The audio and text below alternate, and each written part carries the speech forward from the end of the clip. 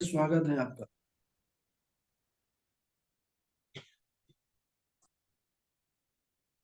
अस्मत् श्री गुरुभ्यो नमः। अस्मत् श्री राधा कृष्ण चरण कमलेभ्यो नमः। लंबोदरम परमसुन्दरमेकदन्तं रक्ताम्बरं त्रिनयनं परम पवित्रम् दिवाकरनिभोज्वलिकान्तिकान्तं विधनेश्वरं सकलविघ्नहरं नमामि। शरीरं स्वरूपं ततो कलत्रं यशाशिचारु चित्रधनं मेरुतुल्यं मनश्चेतनाग्ना श्रीगुरुरादिपदमे ततकी ततकी ततकी ततकी मां नारायणं नमस्कृत्यं नरं चैव नरोत्तमं देवीं सरस्वतीं व्यासं ततो जयमुदीरये।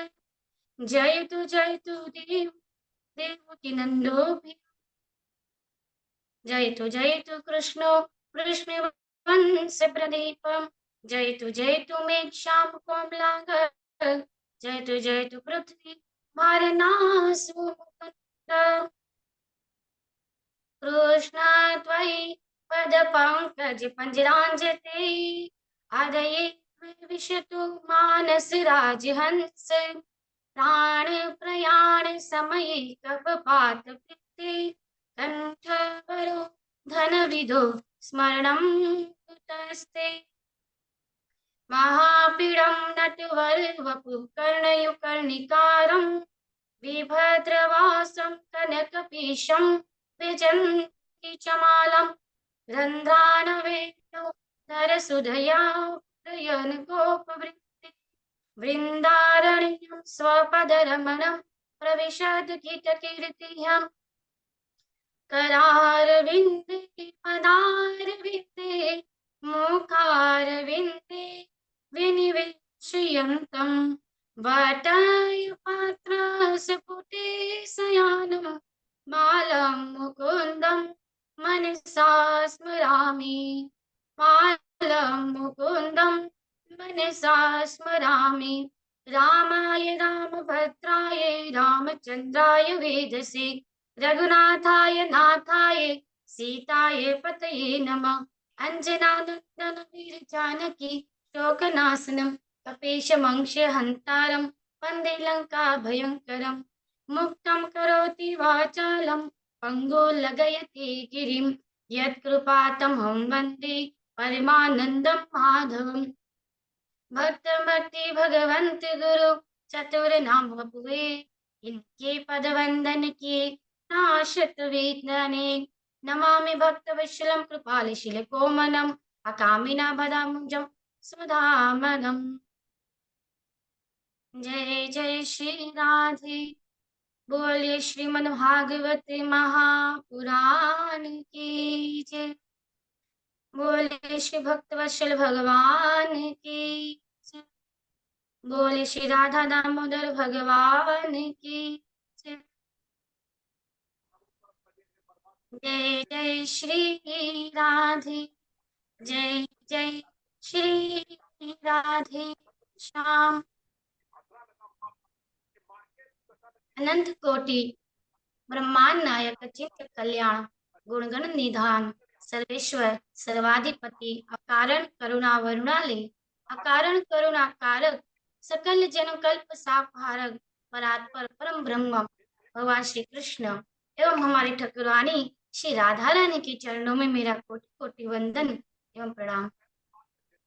आइए बहुत ही सुंदर ऐसी सुंदर श्रीमद् भागवतम कथा जिसको सुनने मात्र से जीव का प्राय कल्याण होता है, जिसको सुनने से बोला कि भागवत के एक एक शब्द में कल्याण की बातें छिपी होती है। और तो और भागवत के बारे में क्या कुछ नहीं कहा और महिमा के बारे में कितनी और सुंदर सुंदर कथाओं के बारे में चर्चाएं होती है। कहा कि भागवत की महिमा के बखान के बारे में संत जनों के मुख से सुंदर सुंदर महिमा की बात आती है तो कहा भगवत इद स्वरूपम भागवतम। कहा कि जो भगवान का स्वरूप है उसे ही भागवतम कहते हैं। तेन तेन यम वांगम मूर्ति प्रत्यक्ष दृष्ट एव ही। यानी कि जो भगवान की प्रत्यक्ष शब्द में मूर्ति है उसे भागवत कहते हैं। भागवत प्रोक्त भागवतम, भगवान ने जिसका उपदेश किया उसे कहते हैं भागवतम। भागवतम चरितम यस्मित तद भागवतम, यानी कि जिसमें भगवान के चरित्रों का वर्णन किया गया उसे कहते हैं भागवतम। और आगे कहा भगवत श्री राधा कृष्ण इदम स्वरूपम भागवतम। तात्पर्य ये हुआ कि जिसमें राधा रानी और हमारे कन्हैया के युगल स्वरूप का जिसमें वर्णन किया गया उसे कहते हैं भागवतम। और आगे व्याख्यान करते हुए कहा भगवतयो श्री राधाय गुप्त चरितम यस्मित तद भागवतम। तात्पर्य हुआ कि जिसमें हमारे ठाकुरानी श्री राधा रानी के गुप्त चरित्रों का जिसमें वर्णन किया गया उसे कहते हैं भागवतम। और हम कहे कि भागवत की और क्या महिमा करें तो कहा कि जब भी हम भागवत जी की कथा सुने तो अगर हमें सबसे ज्यादा जिनकी कथाएं सुनाई जाती है तो वो कौन सी कथा है, वह कौन सा प्रसंग है तो कहा भक्ति ज्ञान विरागाणम यस्मिन् तद भागवतम। यानी कि जिसमें भक्ति ज्ञान वैराग्य के तत्वों का वर्णन किया गया महाराज उसे कहते हैं भागवतम। और सुंदर रूप से इसकी महिमा के बारे में और क्या, भागवत के 4 शब्द देखिए, बहुत ही सुंदर रूप से इसका व्याख्यान किया गया। भाई यानी कि भाष्यते सर्व वेदेषु ये थे नारदादिभिः वदन्ति त्रिषु लोकेषु तरन्ति भवसागर। यानी कि भा कीर्तिवाचको शब्द, घकार ज्ञानवाचक, व वैराग्य और टकार संस्कृति तारक। यानी कि भागवत में जो भ अक्षर है वह है कीर्ति प्रदान करने वाला, जो ग अक्षर है वो ज्ञान देने वाला है और वह है जो वैराग्य देने वाला। तो यानी कि जो भव सागर से ही तार दे। संग्रहस्य प्रतिसंग्रहस्य वंशो मनमंतराणि च वंशाय चरितम चैव पुराणम पंचलक्षणम। यानी कि यह सूक्ष्म सृष्टि स्थूल सृष्टि सूर्य चंद्र आदि वंश मनवंतर में होने वाले राजाओं का जिसमें वर्णन किया जाता है महाराज, इसे 5 लक्षणों से युक्त ग्रंथ को कहते हैं हम पुराण। परंतु देखिए क्या सुंदर बात है, भागवत जी की महिमा के बारे में कहा कि इसमें 5 नहीं बल्कि इसमें 10 लक्षण है। इसीलिए इसे मात्र और मात्र भागवत पुराण नहीं बल्कि श्रीमद् भागवत महापुराण कहते हैं। कहा कि जब भागवत की जो कथा होती महाराज उसमें प्रथम दिन की जो कथा आती है महात्म्य के विषय में चर्चा की जाए तो मतलब क्या हुआ, महात्म्य ज्ञान पूर्वक श्रद्धा भवती। यानी कि महिमा के ज्ञान के बाद में श्रद्धा उत्पन्न होती है। जब महिमा पता चलती है तभी तो हमें भगवान के बारे में पता चले, तभी तो हमें भागवत जी के बारे में पता चले। इसलिए तो भागवत जी में 7 दिन की जो कथा होती है उसमें प्रथम दिन में भागवत जी की महिमा के विषय में चर्चा की जाती है। बहुत सुंदर सुंदर रूप से इसमें वर्णन करते हुए आगे कहा श्री गोस्वामी तुलसीदास जी इसके बारे में क्या कहते हैं, जाने बिनु ना होत परती, बिनु परती होत नहीं प्रीति। यानी कि जब तक ज्ञान उत्पन्न नहीं होता तब तक भाव प्रेम और श्रद्धा उत्पन्न नहीं होती। इसीलिए महिमा के बारे में चर्चा अधिकतर करी जाती है। इसमें जो 6 अध्याय है वो पद्म पुराण से लिए गए हैं और 3 अध्याय है जिसमें 3 अध्यायों में भक्ति ज्ञान और वैराग्य के बारे में चर्चा की गई। 2 अध्यायों में भक्ति और ज्ञान वैराग्य के या बंधनकारी के उद्धार के बारे में चर्चा की गई और अंतिम का जो अध्याय है इसमें भागवत सुनने की विधि अर्थात बताई गई है। आइए बहुत ही सुंदर ऐसी श्रीमद् भागवतम की कथा की ओर प्रथम श्लोक का उच्चारण करते हुए भागवत की कथा का सुंदर सा पान करते हैं।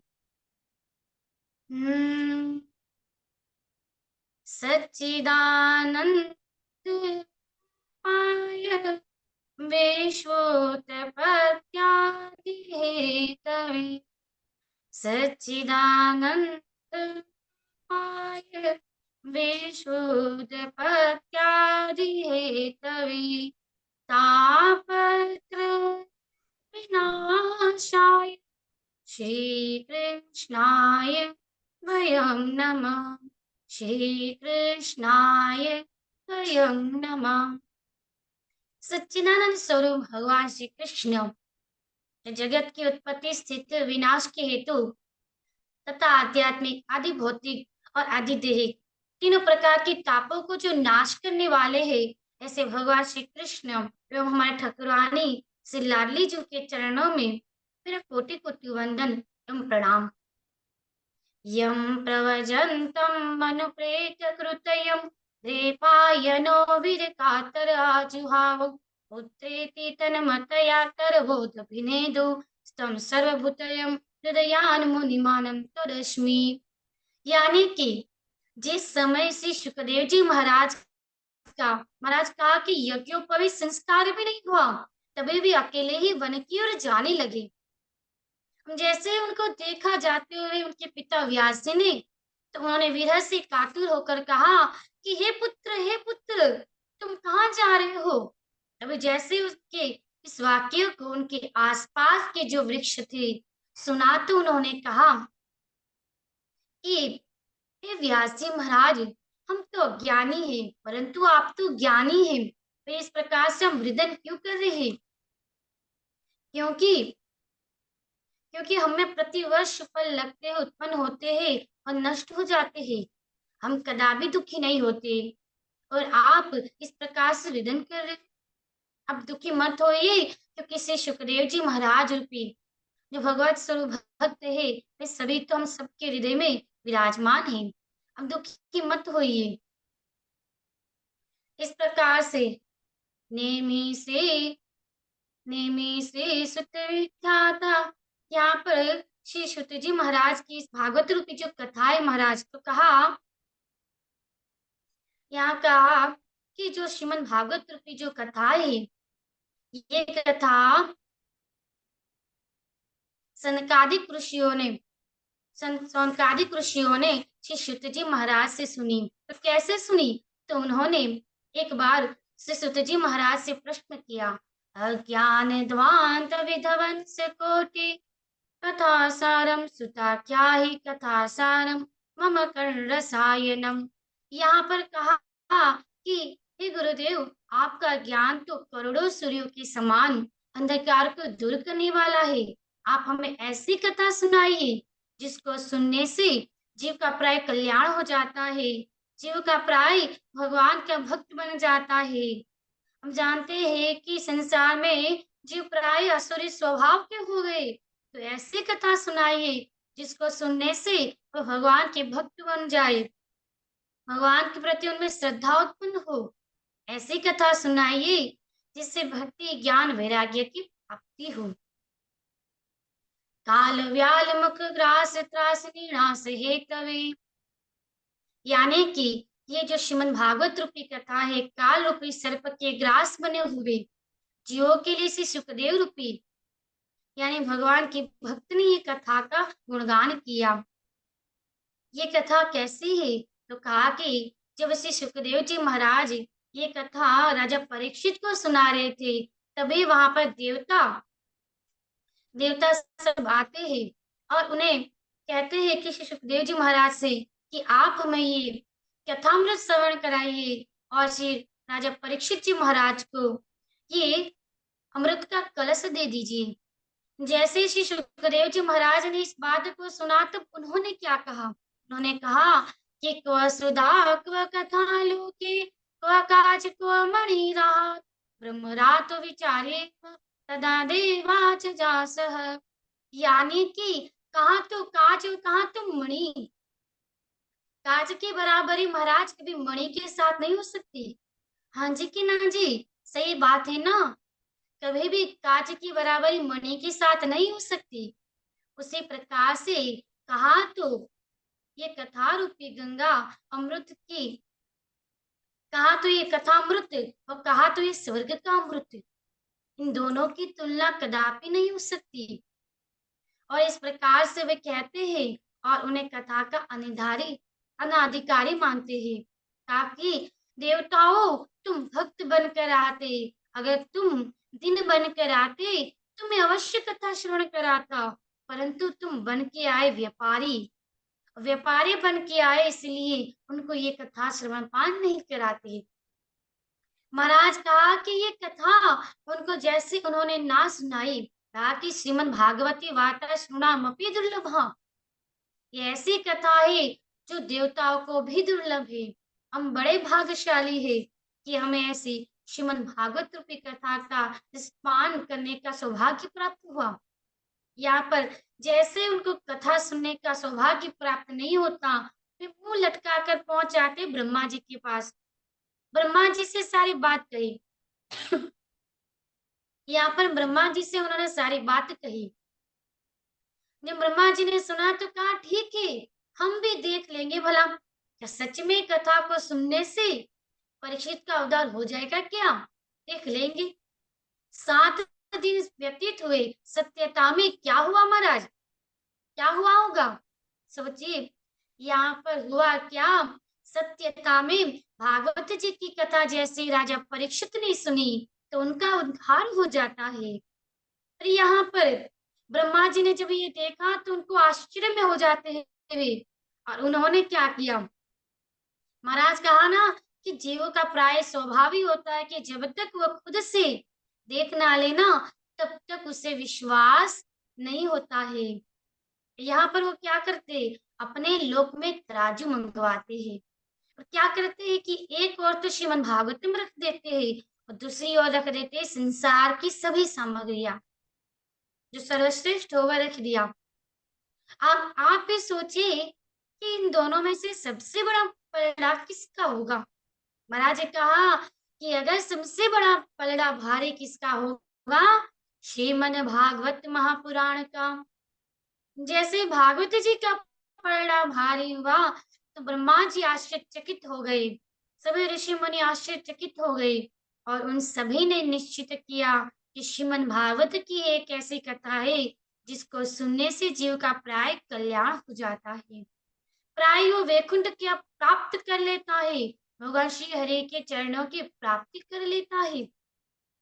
आगे बहुत ही सुंदर बातें करते हुए कहा कि सुत जी महाराज, आप कह रहे हैं कि ये कथा को सुनने से प्राय सबका कल्याण हो जाता है, परंतु इस कथा को किसने सुना है, किसने सुना, तो उन्होंने कहा भागवत की कथा प्राय ब्रह्मा जी से नारद जी ने सुन रखी थी और प्राय फिर भी उन्होंने भागवत सप्ताह की विधि के अनुसार अगर सुनी थी तो वह थी शनकादिक ऋषि मुनियों के मुखारविंद से। जैसे उन्होंने सुना तो कहा महाराज आप क्या बात कर रहे हैं, वे तो नारद जी तो ऐसे हैं कि कभी भी एक स्थान पर ज्यादा समय ठहरते नहीं, तो फिर उन्होंने एक स्थान पर ठहर कर कैसे कथा सुन ली। तब उन्होंने कहा कि सुनो सुनकादिक ऋषि मुनियों कि एक बार बद्रिका आश्रम में सत्संग के बहाने 4 ऋषि मुनि वहां पर संकालिक ऋषि मुनि जाते हैं और वहां पर उन्होंने क्या देखा, उन्होंने नारद जी को देखा। कथम ब्रह्म दिनम मुखम कुत चिंतातुरो भवान, यानी कि कहा कि हे नारद जी, आपका मुख इस प्रकार से उदास काहे को हो रहा है, लग रहा है जैसे कि किसी व्यक्ति का सभी धन लुट गया हो और बड़ा दुखी हो गया हो और सिर पकड़कर अपना मत्था पकड़कर जैसे कि बाहर बैठा हुआ हो, रुदन कर रहा हो, आप ऐसे लग रहे, क्या हुआ। तब उन्होंने कहा कि हे संकादिक ऋषि मुनियों, मैं पृथ्वी को सर्वोत्तम मानकर यहाँ पर काशी गोदावरी आदि सभी क्षेत्रों पे गया, परंतु मुझे कहीं भी संतोष प्रदान करने वाली, मन को शांति देने वाली कहीं भी प्राप्ति नहीं हुई। सभी जगह कलयुग ने अपने प्रभाव को बनाए रखा है। यहाँ पर प्राय जीव आसुरी स्वभाव के हो गए हैं। दान दया दक्षिणा तो सभी लुप्त ही हो गई है। और क्या बात करें, घर में स्त्रियों की प्रभुता चल रही है महाराज। आगे कहा कि साले सलाहकार बन गए हैं। कहा कि पति पत्नी में निरंतर झगड़ा बना रहता है। घर घर में ना तो भगवत भजन होता है, ना तो कीर्तन होती है, ना तो कथाएं होती है। जब कलयुग के इस प्रकार के दोषों को देखता हुआ मैं एक स्थान पर पहुंचा, मैंने बड़ा आश्चर्यजनक चरित्र देखा। मैं पहुंचा यमुना के तट पर। मैंने वहां पर क्या देखा कि एक स्त्री नवयुवान, मैं वहां पर पहुंचा, तब मैंने देखा जो वृंदावन था स्थान, वहां पर एक स्त्री नवयुवान जो बड़ी रिदन कर रही थी, उसके पास में दो पुरुष वृद्ध अवस्था में पड़े हुए थे। आसपास कई स्त्रियां पंखा दे रही थी। उन्हें देखकर मुझे बड़ा आश्चर्य हुआ। मुझे देखकर उन्होंने कहा, भो भो साधु क्षणम तिष्ठि मंचितम अपि नाश्रिय। साधु जी रुक जाइए, रुक जाइए, जरा देर ठहर जाइए। मेरे इस समाधान, मेरे दुख का निवारण कीजिए, मेरे इस प्रश्न का निवारण कीजिए, मेरे दुख को दूर कीजिए। मैंने जब ये सुना तो मैंने कहा कि देवी आप कौन है? तब उन्होंने कहा, भक्ति मो में कन यो मतो क्या तो। यहाँ पर कहता है कि मैं भक्ति रानी हूँ। यहाँ पर वह कहते हैं कि मैं भक्ति रानी हूँ और मेरे दोनों पुत्र ज्ञान वैराग्य नामक है। और आसपास जो स्त्रियां हैं वे सभी गंगा यमुना सरस्वती आदि नदियां हैं। और इस काल के प्रभाव के कारण मेरा ये मेरी ये परिस्थिति हुई है, जिसके कारण मैं युवान हूँ, मेरे दोनों पुत्र वृद्ध अवस्था में हैं। और आसपास जो स्त्रियां मुझे आश्वासन देने आई है कि देवी अब शांत हो जाइए। अब मैंने कहा कि हे देवी, अब चिंता मत होइए, क्योंकि ये दारुण कलयुग चल रहा है, वैसे के कारण ही ये सब हो रहा है, जिसमें दान दया दक्षिणा तो सब लुप्त हो गया है। संपूर्ण पृथ्वी विजय भूषे के समान हो गई है। इसी के कारण ये सब हो रहा है। तो यहाँ पर भक्ति रानी कहती है कि नारद जी, अगर ऐसा ही दारुण कलयुग था तो यहाँ पर राजा परीक्षित ने इसे क्यों रहने दिया? और तो और भगवान श्री हरि से होते हुए कैसे देख सकते हैं? जैसे उन्होंने कहा, तो उन्होंने कहा क्या?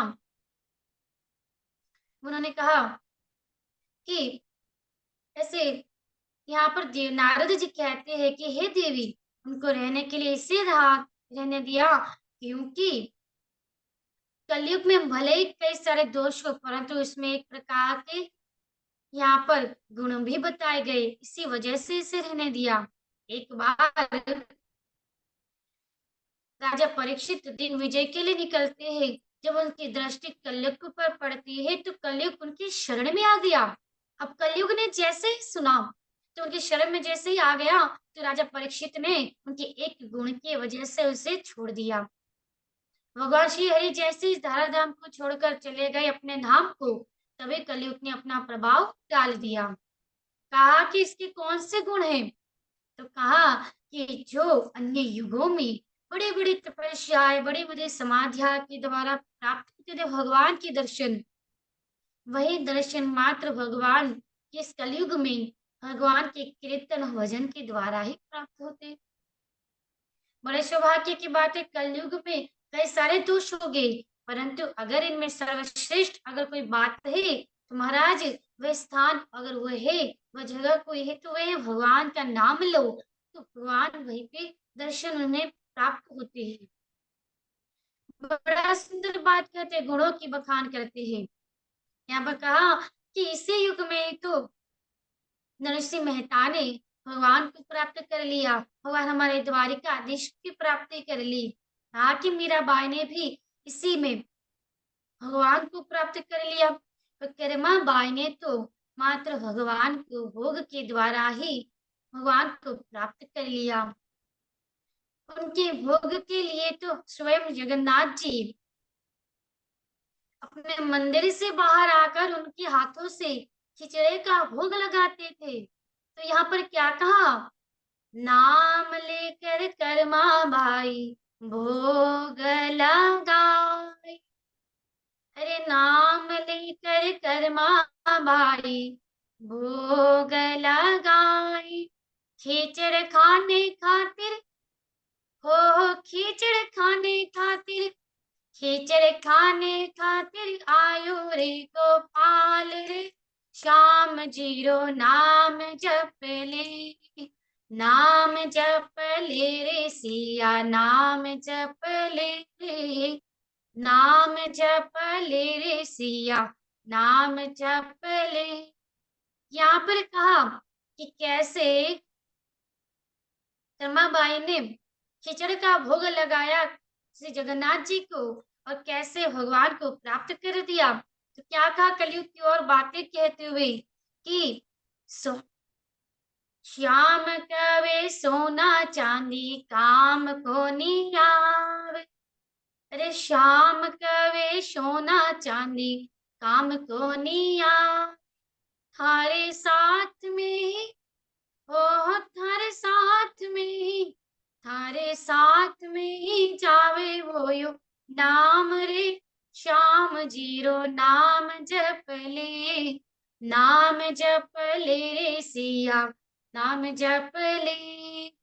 यहाँ पर बहुत ही सुंदर भगवान श्री जगन्नाथ जी की वे भाव से भगवान को भोग लगाते हैं, उनकी प्राप्ति कर लेते हैं। ऐसे कई सारे भगवत भक्त हुए जो कलयुग में भगवान के भजनों के द्वारा, भाव के द्वारा, कीर्तन मात्र से भगवान की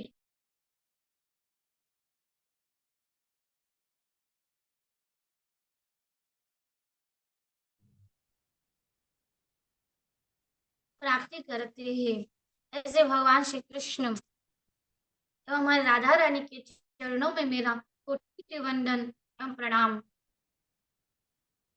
मौल्य भक्त वत्सल भगवान की राधे राधे। अगर कोई क्षमा हो, अगर कोई त्रुटि हो गई हो तो मैं क्षमा कीजिएगा। राधे राधे। बहुत सुंदर, एकदम बहुत सुंदर भगवान। बहुत खुश होंगे राधा माधव, बहुत सुंदर। बहुत अच्छा कृष्णा किशोरी, बहुत दिनों बहुत बाद बढ़िया भी। वक्तव्य रहा बहन जी। हाँ, बहुत दिनों बाद भी की है और बहुत अच्छा की है। ठाकुर जी कृपा बनी रहे।